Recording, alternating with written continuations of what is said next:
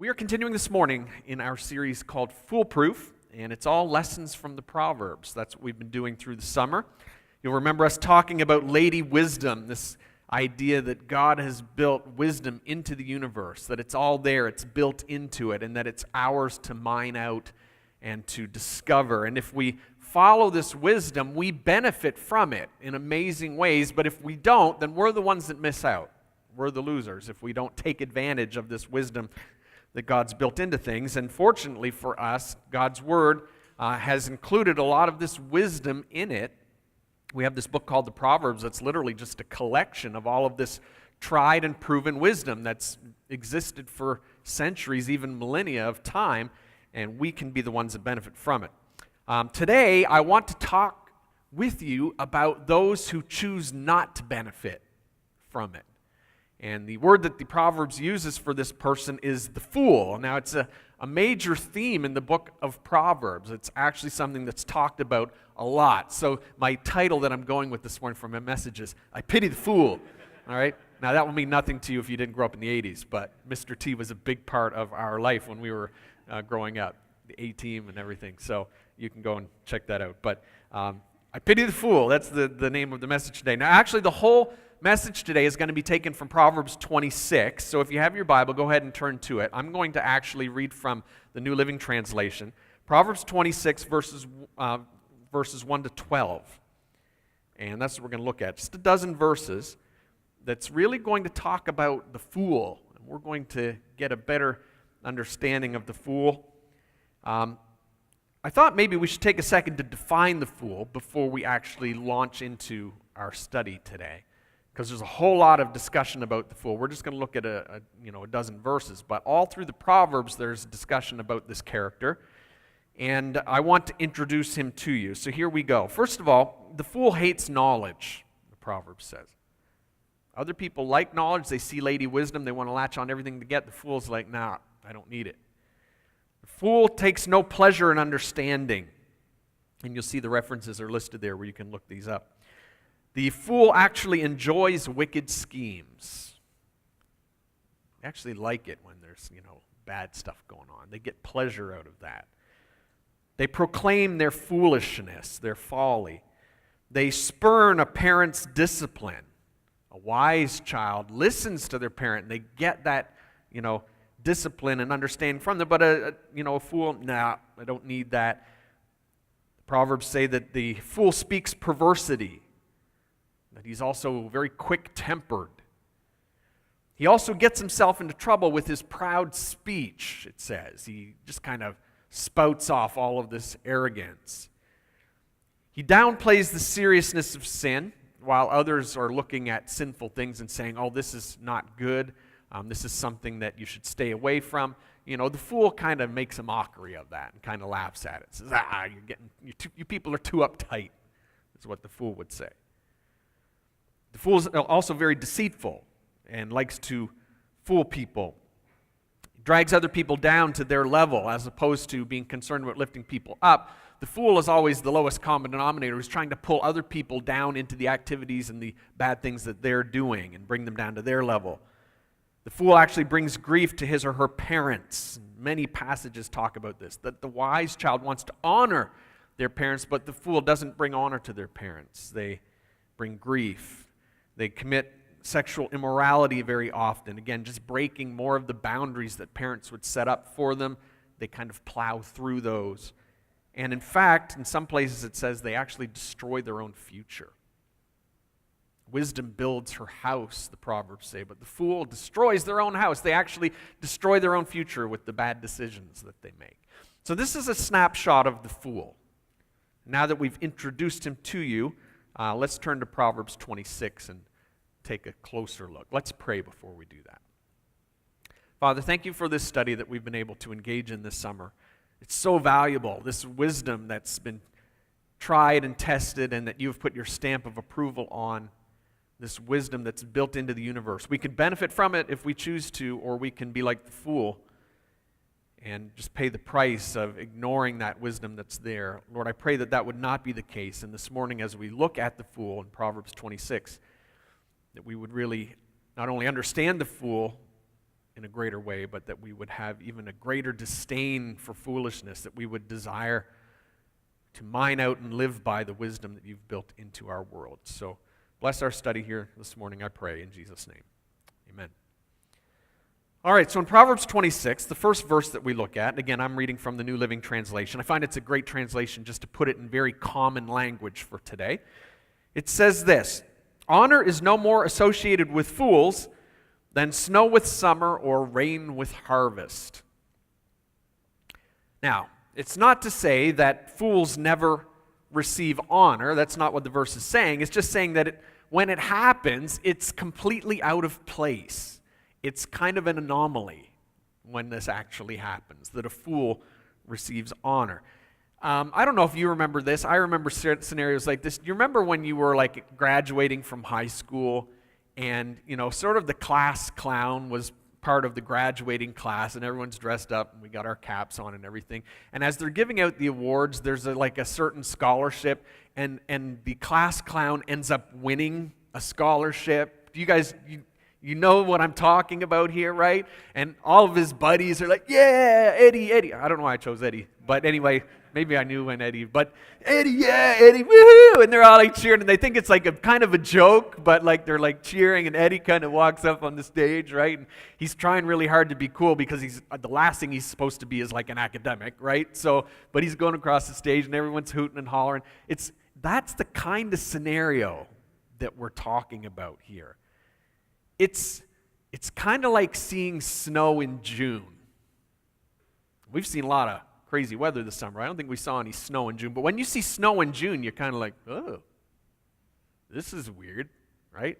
Something's out of place here. When a fool receives honor, it's like seeing snow in June. Just for the record, in case you weren't aware, in 2009, on June the 21st, it snowed here in Toronto. Maybe some of you remember that. But it can happen. But when it happens, everyone's like, ugh, what's going on, right? It's out of place. Now, a fool might say, well, you know what? Who really needs honor anyway? I don't need your accolades. I don't need your approval or whatever. But the truth is, guys, everyone craves honor. Honor really is respect. It's dignity. And one of the great downsides of being a fool is that you miss out on these accolades, the things that really build into your self-worth. And this is what you find with fools. It really does impact their self-worth. They can be full of talent and full of potential, but because they refuse to take instruction, they actually cut themselves off from the people that would give them honor in their life. Very often this is what happens to the fool. They rarely reach their potential from spurning the wisdom of their authorities. But then also, if they do meet up with some success, the people that would be there to honor them and to praise them for that, often they've offended them somewhere along the line by spurning their wisdom.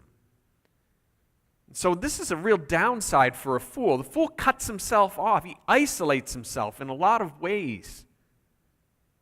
The Proverbs talks a lot about this. A wise child brings honor to their father. It sets them up to receive honor in the future. This is why the universe tells us this is why we should live this way.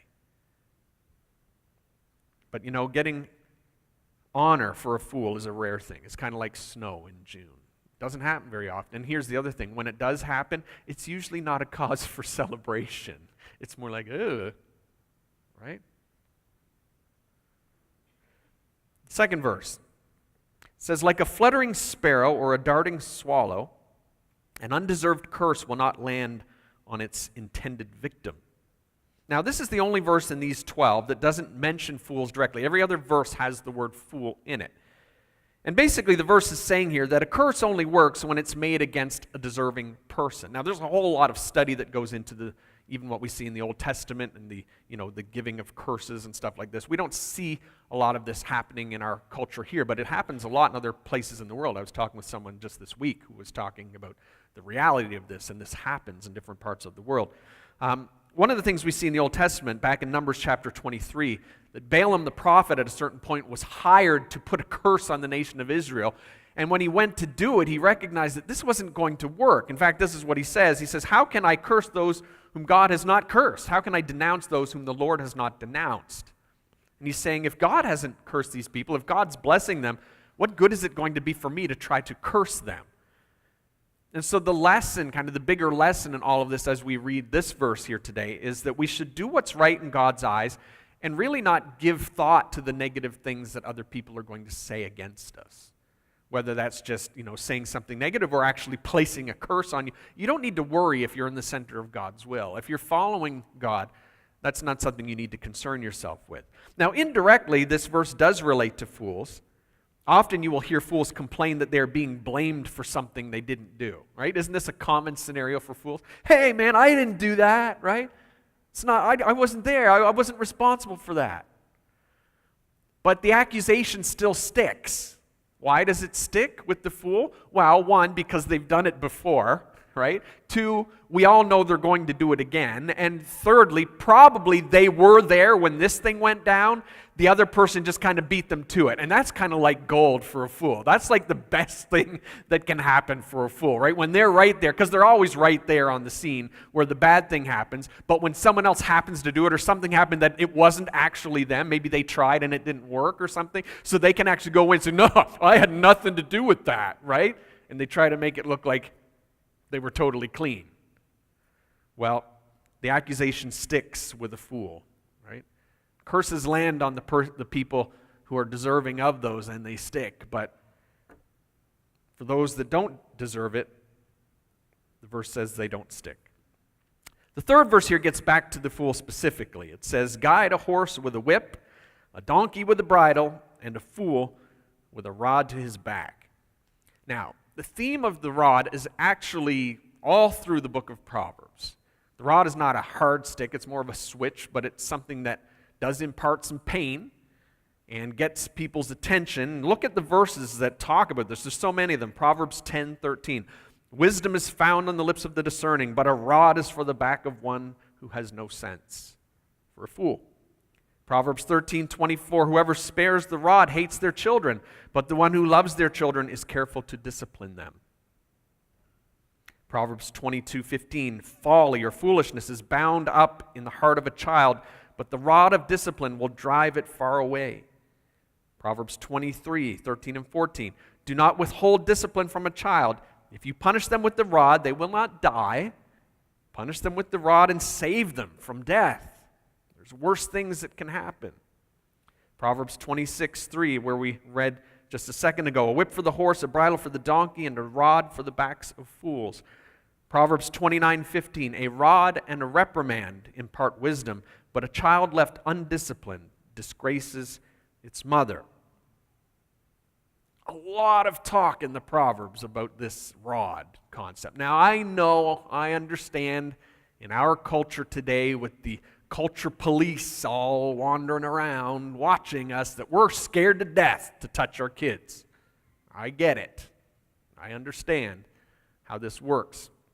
And I want to be very clear up front as we kind of have a little discussion on this, that the Bible does not condone beating your kids, all right? Very clear. The Bible does not condone beating your kids. And I know there's some semantics here because what one person thinks is beating is not what another person thinks. Listen, the Bible talks about, we could use the term spanking, yes, corporal punishment, yes, on occasion, not beating. This is not what the Bible's talking about. The Bible always pictures corporal punishment as an act of love, never as a means of venting one's anger on people who are smaller and weaker. Now, a few bad parents have used corporal punishment, kind of like a drunk uses a car, and done a lot of destruction with it. In my humble opinion, I think both of those categories of people should lose their license until they learn self-control. That's my personal opinion. But corporal punishment is good and sometimes a necessary form of discipline. And this is what the Proverbs, this is what millennia of wisdom, of years and years of wisdom has taught us as a human race. Now, I want to clarify as well, the rod is not only a metaphor for correction. You'll hear a lot of people say that, well, the rod is just a metaphor for correction. No, otherwise the writer wouldn't say, if you punish them with the rod, they will not die. It's talking about a very physical corporal punishment act here. Okay, so let's not, convince ourselves that it's saying something else. But the Proverbs do say that the rod is specifically designed for fools. And apparently, all children are born with some of this foolishness bound up in them, the Bible teaches. Unlike some may teach that children are so innocent. Yeah, you don't need to parent very long to figure out that that's not true. All right? And you're going to have a hard time convincing me. Parents need to impart the law at a very young age. This is why it's so important to start young, because, these kids are very impressionable when they're young, and as they grow older, just like a tree grows stronger, it's going to be harder to direct them as they get older. Now, I'm long past the spanking years with my 4 kids. My kids are much older now, but I am a firm believer that almost all corporal punishment that you might impart should happen before age 5. That's my personal, feeling on this, and I've done quite a lot of study on it, and I've experienced this on both ends, as a child and as a parent. And then of that, all of that that's happening before age 5, I would say 90% of that is really a firm swat on the hand a lot of the times, right? From the time that they're really, really young, around the time that they're like 2 years old, and they're getting into everything. This is, I think, a lot of what's being talked about here. After that age 5, I really don't think it should happen very much. Maybe a couple of reminders along the way up to age 10. And honestly, I believe that beyond age 10, chances are your efforts in using corporal punishment beyond that are not going to work and may actually cause irreparable damage if it's done poorly. And so that's, again, there's a lot of my own personal experience wrapped up in what I'm saying right here. These are not, specific guidelines that the Bible would give, but it's something that I'd be happy to discuss with you on a personal level. I think this is something that's done very young. Let me give you some specific spanking advice. You didn't know you were going to get this morning, did you? Right? All the kids are like, okay, spanking advice. First of all, it's only for acts of defiance, right? Defiance is when a child knows better, but they continue to do it anyway. It's the difference between what's innocent and then what's defiance. And this starts very young. So example, my daughter Maggie is getting married in 2 weeks. Wow, hard to believe.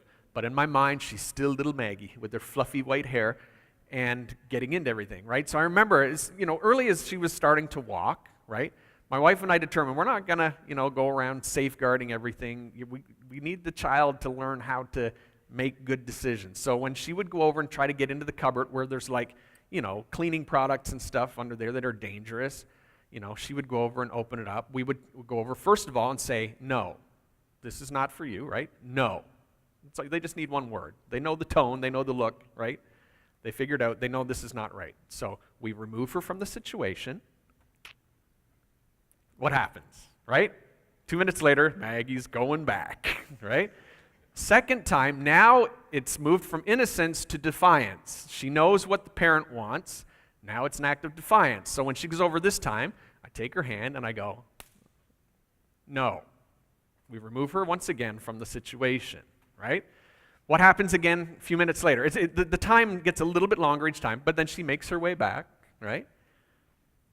Again, then we go over again, take her hand, a little harder, right? No. Take her again, remove her from the situation. I'm telling you, I don't mind smacking her hand. The most it's going to do, right? It's going to get a little red. By the end of it, seriously, sometimes it's a good one. Like I'm really wailing on it until she maybe cries, right? And then she realizes this just isn't worth it. And Dad's going to outlast me. And I am going to outlast her.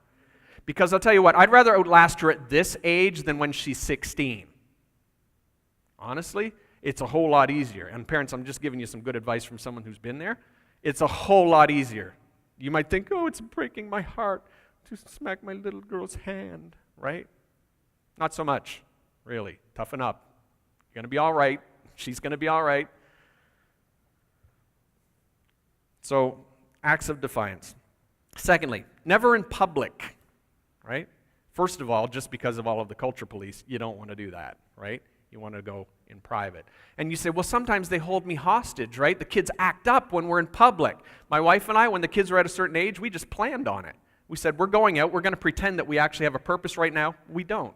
We're just going out to wait for them to disobey. That was the whole purpose of the going out. We just went out to the mall and waited for them to act up and do something so that when they disobeyed, we said, going home and you're going to get your little spanking. And they're like, what? Right? Like the eyes get big like this. And we just go home.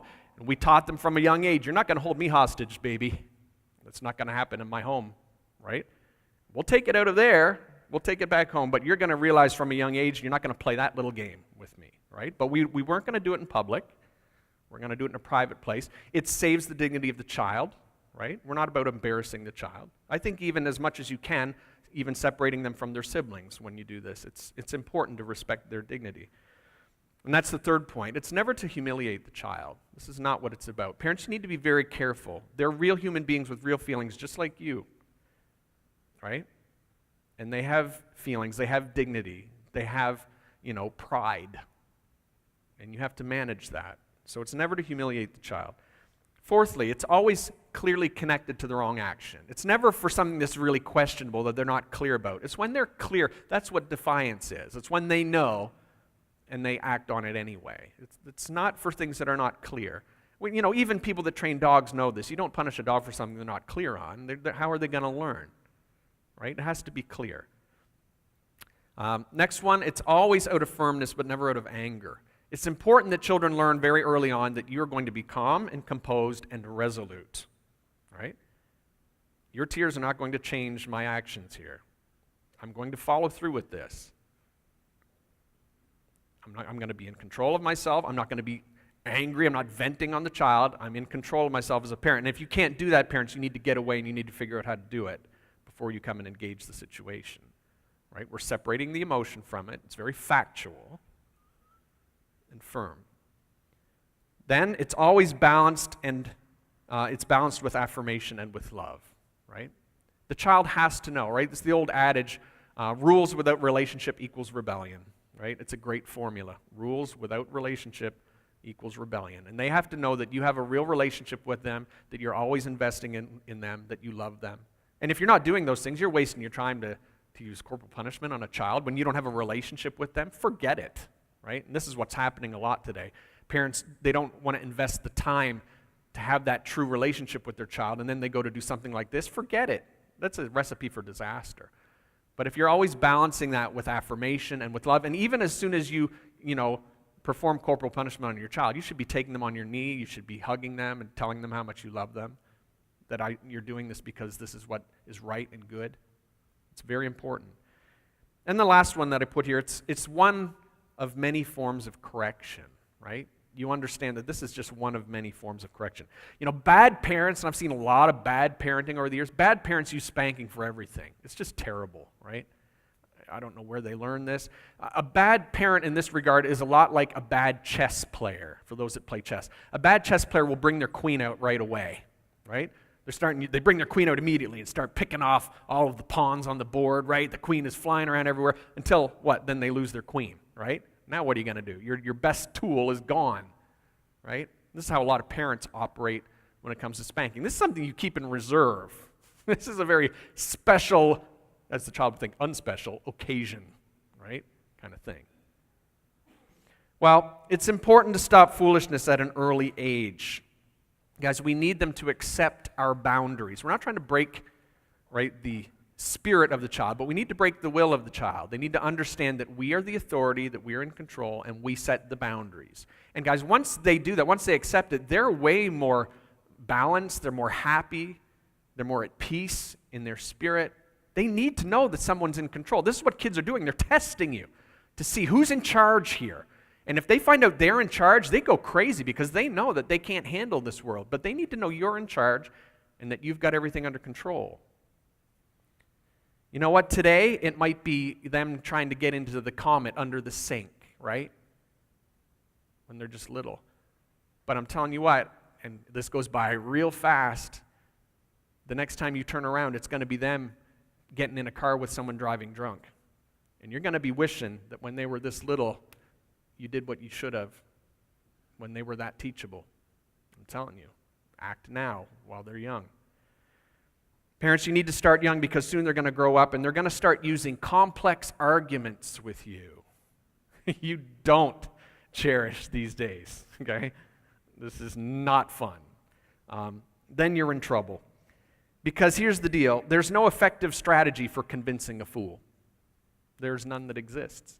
You say, well, I'll use the right line of reasoning with my child, right? Good luck with that. It doesn't work. It doesn't work. And the next two Proverbs go together and prove this point. So let's take a look. We'll move right into it. Verses 4 and 5. It says, don't answer the foolish arguments of fools, or you will become as foolish as they are. But then the next verse, look at this. Be sure to answer the foolish arguments of fools, or they will become wise in their own estimation, wise in their own eyes. Do you see what these two Proverbs juxtaposed the way they are here in this passage? Did you see what they're doing? They're basically confirming the old saying, you're damned if you do and damned if you don't. Right? Because you cannot reason with a fool. This is what you need to, but you can't. This is what these two verses are saying as you see them together. The writer says, don't answer a fool or you become just like them. But then he says, you do answer a fool or they're going to think that they're right, and you can't just let them thinking that they're right. So what do?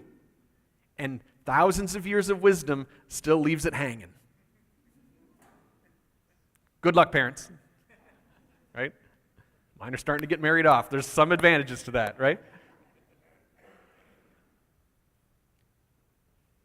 Well, this is why parenting a teenager is so difficult. Parents, you have to establish your authority early in the child's life. This is why it's so important while they're still young that they stop questioning your authority. Because I said so is a legitimate answer. You don't need to give reasons to a little child. Because I said so is a beautiful answer.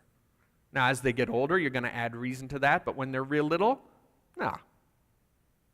I'm the parent, you're the child, you do what I said, right? That's a great answer. You see, if you answer them when they argue back, what you've started to do, you've started to play their game, right? The child has been successful in shifting the focus off of your authority and onto reasonable debate, right? Which is not the point. The point is that you have authority and they're resisting it. But they've now shifted your focus into this arena of reasonable arguments. And see, the problem is they're not adults and they can't reason with an adult because they don't understand what it is to be an adult. They don't have the perspective that you have. And now what you've done by engaging in that game, you have now become the fool. You've joined them with this beautiful title of fool. It's not what you want to do. Advice. Parents, don't answer a fool in their folly, but when the crisis has passed, address the situation calmly and lovingly. In the moment, in the crisis, hold your ground, and after, when the crisis is dispelled, sit down lovingly and carefully and explain to them the wisdom behind it. It's a very tricky. Parenting is an art, guys. Like the second proverb here says, we can't let them just go on thinking that they're right when they're not. You have to impart that wisdom. But trying to do it in the crisis moment, you're wasting your time. They've got so many hormones and stuff going on, they don't even hear what you're saying. Verse number 6, let's take a look here. Next verse of a fool. Trusting a fool to convey a message is like cutting off one's feet or drinking poison. I love the Proverbs because they're so picturesque. It really works for me just in terms of my personality. Guys, there are times in life when we need to send an important message to someone. And good communication definitely requires a lot of wisdom. This is one of the great lessons in the Proverbs. You just study out the theme of communication in the Proverbs. It's a huge theme. The words, the way we use words, it's a huge theme. I've actually gone through my old Bible and highlighted every verse through the Proverbs that talks about our words. I've done that with a number of different themes. It's very useful. So much to be said. Good communication, boy, it's tricky. Think of all of the things that good communication requires. It requires respect and tact and understanding, humility, wisdom. There's so many things. And so if you're going to send someone on your behalf, this is what the verse is talking about. If you're going to send someone on your behalf to convey a message for you, it's representing you, and you need to convey this information, you're going to choose a person to do it. Boy, you don't want to choose a fool. don't do it. Too many liabilities. Think of all the liabilities that come with the fool. Harshness. They could go and speak really harshly to the person, be really impolite with the person. Boy, they're representing you. Wow, they just kind of like totally tarnished everything. This deal is going to go sour, right? Disrespect, gossip. They could be really crude in the way they talk. They could be dishonest, bend the truth. They could slander somebody. Some people, right? A lot of fools just have verbal diarrhea, right? That's what the Proverbs say. Learn to shut up, right? You can fool some people as long as you keep this shut, but once you open it, it's like, oh, we all know you're an idiot, right? So they're going to just keep talking. Arrogance. There's so many things that can go wrong when you entrust an important message to a fool to convey that for you. And you're hurting yourself if you use them. The verse here says you're cutting off your own feet as a messenger. Boy, that's pretty graphic. You're cutting off your own feet. Or you're drinking poison. Now, I'm not thinking that you're like drinking it before they even leave. The idea here is that you've been fooled into drinking something. You're like, this cocktail is delicious, right? And then a few minutes later, you're like, it got me, right? This is the idea. You go away sending the fool. You're like, oh, this is going to be great. He's going to convey the message. And then all of a sudden, it hits you like poison, right? You're like, oh, no. This is what happens. Well, the next proverb talks some more about a fool and his words. Look at this, verse 7. It says, a proverb in the mouth of a fool is as useless as a paralyzed leg. I'm not suggesting you should call someone a paralyzed, you're just a paralyzed leg, right? But it's, again, very visual. This proverb is about a fool who tries to look wise, right? He's using a proverb, right? The fool is thinking, well, I can say the same things that those other people are saying, right? I know how to say that same wisdom. Here's a question. Have you ever seen a fool try to look wise? You ever seen this? It's hilarious, right? The fool is trying to look wise. They're waxing eloquent about the way that things should be and the way they do things. And you're looking at them saying, what? Right? Because you know this person. The wisdom they give is useless because it's negated by their own reputation. Right? You know them. You're like, what? That doesn't mean anything coming from you. They tell you to do something, but they're not doing it themselves. They're trying to tell you how to make your life work. Their life doesn't even work. They're getting into all kinds of stupid stuff because they make bad decisions on a daily basis. And they're going to try to tell you? A fool's wisdom is useless. It's like a paralyzed leg. It's a liability, right? You got to like drag it around. It's a liability. And in fact, it's more than just useless. It can be downright dangerous. And that's the next thing we're going to look at. And actually, if we jump ahead to verse 9 and then we'll come back to verse 8 later, look at what it says in verse 9. It continues this idea. A proverb in the mouth of a fool, same beginning, is like a thorny branch brandished by a drunk. In some translations, it actually talks about like a firebrand, like a stick that you pick up out of the fire. You guys, this is the summertime, right? You've done some campfires, right? You know when the little kids start after the marshmallows, right? Then they're burning the stick, and then they're like whipping it around, right? And you're like, get away from me, right? This is the idea here. Except it's even being brandished by a drunk.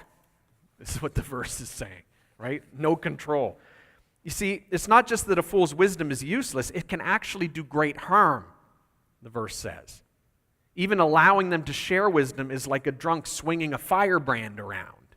Someone's going to get hurt when a fool starts using wisdom from their speech. When they start spouting wisdom as a fool, someone's going to get hurt by this. And here's the point. The point is that the quality of the messenger is just as important as the message. Guys, that's a very important lesson. Take note of that. The quality of the messenger is just as important as the message. This is why it's a terrible idea to empower a fool into a leadership position. Sometimes we get leaders that are in positions and they have different positions or different views on things. That's not what we're talking about here. We're talking about a very different scenario here. We're talking about people that lack character. And when you get a fool into that kind of a leadership position and they lack character, wow, you're in trouble. I've seen some very persuasive personalities placed in places of leadership. And they say all of the right things, but boy, do they do a lot of harm. Because their life doesn't match up with their words. And so what they do is they end up discrediting the wisdom that they're actually giving to people. When fools are given authority to teach the Bible specifically, wow, the Bible gets discredited. People go away thinking that only what you say matters and not what you do, how you live your life.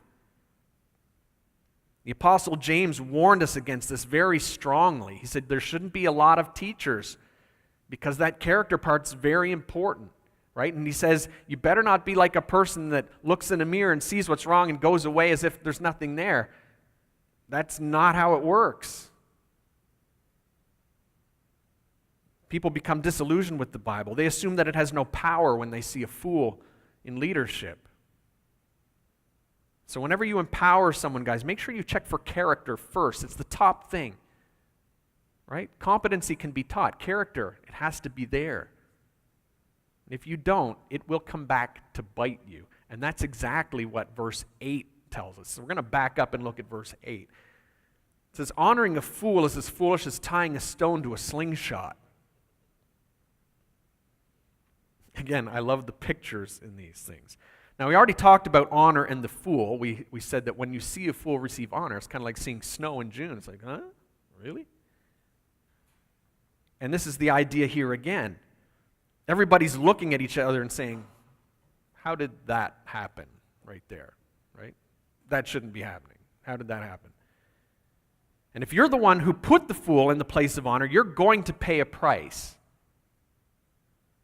Now, I'm not sure if you've ever seen a stone tied into a slingshot. Now, our modern idea of a slingshot, it's really not that modern, but right, it's like a Y kind of thing, and you got the stone in there. Now, ancient slingshots were different. It was like a little pouch, and you would have the stone in there, and it was on a longer cord, and they would actually swing it around to get a lot of momentum, and then release part of the thing, and it would let the stone fly. And some people, like David, were extremely accurate with this, right? But they could, hit targets with this thing at hundreds of feet. Bam. But tying the stone into the slingshot, not really a great idea. It's the same problem, whichever kind of slingshot you're looking at. And that is that the rock is going to come back and it's going to hit you. Why would you tie the stone into the slingshot, right? Bad idea. And when you put a fool in a place of honor, it's going to come back and hurt you. That's what the verse is trying to tell you. And it's not going to take long. Very quickly, it's going to come back and hit you in the face. They're going to do something stupid. It's going to damage your reputation and the reputation of whatever organization that you represent. People are going to then question your judgment, and your leadership is going to come into question. But for whatever reason, sometimes just in the moment, it seems like a good idea to honor a fool, to put a fool in that kind of a position, right? Well, it seemed like a good idea at the time. Kind of like tying a stone into a slingshot. You're like, if I tie the stone into the slingshot, I don't have to go and get the stone. It's still going to be there. Whatever dumb reason you had in the moment, right? It's a dumb reason. And you're going to find out real quickly it's going to come back to hurt you. You don't want to put a fool in the place of honor. It's almost guaranteed to end badly. Verse 10 says the same thing. Let's jump down to verse 10. It says, an employer who hires a fool or a bystander, just someone they find on the street, is like an archer who shoots at random. Some of you are employers. I know. You have businesses. And you've hired fools before. Some of you, it's like, oh, right? Face and palm, right? Oh, right? Bad news when you find a fool and you discover day 2 on the job what you've got on your hands now. Sometimes it's convenient, right?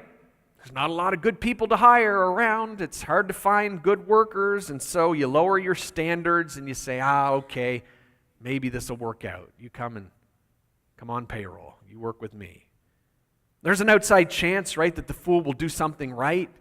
There's an outside chance that they'll hit one of your targets that you've set for them. An outside chance, yeah, but it's kind of like a monkey with a machine gun, right? You'll probably hit a target at some point, but there's going to be a whole lot of carnage, right, in the meantime. You know what I'm talking about? You employers, you know what I'm talking about. You're nodding your heads. Yep, that's exactly how it works. Well, verse 11, a little bit more on the fool. It says, as a dog returns to its vomit, so a fool repeats his foolishness. I did a message very recently with the word vomit in it. Time for a little test. Proverbs 25:16. Can we do it? Can we do it together? If you find honey, eat just enough. Too much of it, and you will vomit. Yes, very good. All right, good. You learned something. Bravo. That's very good.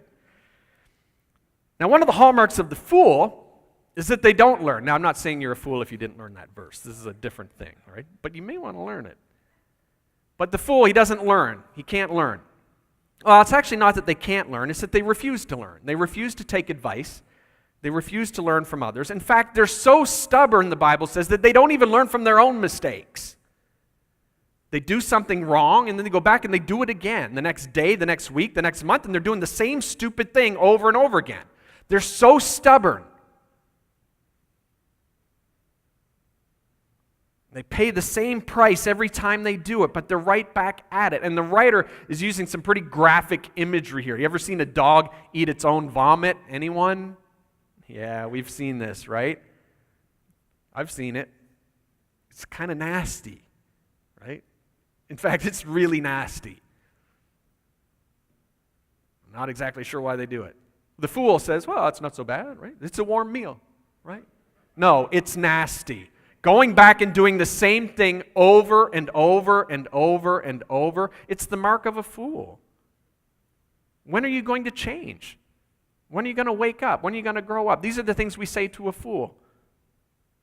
Why are you going to keep repeating this pattern? When are you going to stop hurting yourself? When are you going to stop ruining your own future?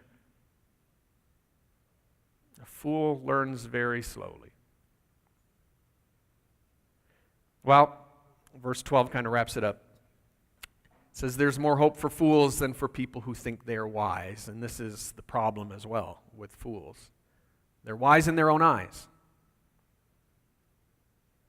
Another great hallmark of a fool.